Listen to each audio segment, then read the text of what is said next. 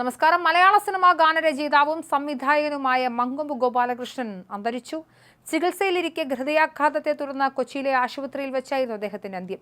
വീണ് പരിക്കേറ്റതിനെ തുടർന്ന് 8 ദിവസം മുൻപാണ് അദ്ദേഹത്തെ ആശുപത്രിയിൽ പ്രവേശിപ്പിച്ചത്.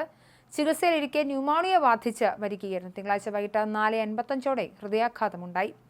200 സിനിമകളിലായി 700ഓളം ഗാനങ്ങൾ രചിച്ച വ്യക്തിയാണ് അദ്ദേഹം. ബാഹുബലി, RRR അടക്കം മൊഴിമാറ്റ ചിത്രങ്ങളുടെ സംഭാഷണവും എഴുതി. ഗാനരചനയോടൊപ്പം സിനിമാ സംവിധാനത്തിലും അദ്ദേഹം തിളങ്ങി.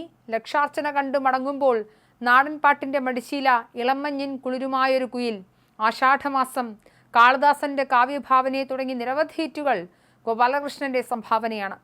ഹരിഹരൻ സിനിമകളാണ് ഏറ്റവും കൂടുതൽ പാട്ടുകൾ ചിട്ടപ്പെടുത്തിയത്. 200ഓളം അന്യഭാഷാ ചിത്രങ്ങളെ മലയാളത്തിലേക്ക് മൊഴിമാറ്റം ചെയ്ത വ്യക്തി കൂടിയാണ് അദ്ദേഹം. രാജമൗലി സംവിധാനം ചെയ്ത ബ്രഹ്മാണ്ഡ ചിത്രം ബാഹുബലി മലയാളത്തിലേക്ക് മൊഴിമാറ്റം ചെയ്തതും മങ്കൊമ്പായിരുന്നു. ബാഹുബലിയിലെ ഗാനങ്ങളും അദ്ദേഹം തന്നെയാണ് മലയാളത്തിലേക്ക് മൊഴിമാറ്റിയത്. 10ലേറെ സിനിമകൾക്ക് തിരക്കഥ എഴുതി. RRR, ബാഹുബലി, കൂടാതെ യാത്ര, ധീര, ഈച്ച എന്നീ ചിത്രങ്ങളുടെ മൊഴിമാറ്റ തിരക്കഥകളും അദ്ദേഹത്തിൻ്റെതാണ്. നാടകഗാനങ്ങളുടെ ഗാനരചനാ രംഗത്തേക്ക് കടന്നുവന്ന Mankombu Gopalakrishnan MS Viswanathan, Devarajan, MK Arjunan, Ravindra Jain, Bombay Ravi, KV Mahadevan, Baburaj, Ilaiyaraaja, AR Rahman, Keeravani, Haris Jayaraj, Yuvan Shankar രാജ തുടങ്ങിയ പ്രമുഖ സംഗീത സംവിധായകർക്കൊപ്പം പ്രവർത്തിച്ചു. കവി, കഥാകൃത്ത്, സംഭാഷണ രചയിതാവ് എന്നീ നിലകളിലും അദ്ദേഹം ശ്രദ്ധേയനായിരുന്നു. പുതുതലമുറ ഒരുപക്ഷെ അദ്ദേഹത്തെ അറിയുന്നത് ബാഹുബലിക്ക് ഗാനങ്ങളും സംഭാഷണങ്ങളും എഴുതിയ ആളെന്ന നിലയിലായിരിക്കുമെന്നാണ് ആലപ്പി അഷ്റഫ് അടുത്തിടെ തന്റെ യൂട്യൂബ് ചാനലിലൂടെ അഭിപ്രായപ്പെട്ടിരുന്നത്. മലയാളിക്ക് മൊഴിമാറ്റ ചിത്രങ്ങളോടുള്ള വെറുപ്പ് ഒരുപക്ഷെ മാറിക്കിട്ടിയത് അദ്ദേഹത്തിലൂടെയായിരിക്കും.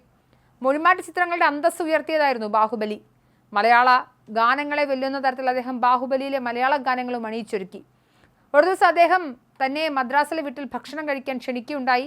മേശക്കരികിൽ ഒരു അരിച്ചാക്ക് കണ്ടു. അതിൽ മുഴുവൻ അദ്ദേഹത്തിന് വന്ന കത്തുകളായിരുന്നു. അദ്ദേഹം ഒരു പ്രമുഖ വാരികയിൽ ഒരു സ്ത്രീയുടെ അപരനാമത്തിൽ ലേഖനങ്ങൾ എഴുതാറുണ്ട്. അതിന് വന്ന കത്തുകളായിരുന്നെന്ന് അദ്ദേഹം ആലപ്പി അഷ്റഫിനോട് പറഞ്ഞിരുന്നു അത്രേ. ഗാനരചന മാത്രമല്ല, സംവിധാനവും അദ്ദേഹം നിർവഹിച്ചിട്ടുണ്ട്. അന്യഭാഷ ചിത്രങ്ങൾ മൊഴിമാറ്റി മലയാളികൾക്ക് സമ്മാനിച്ചു.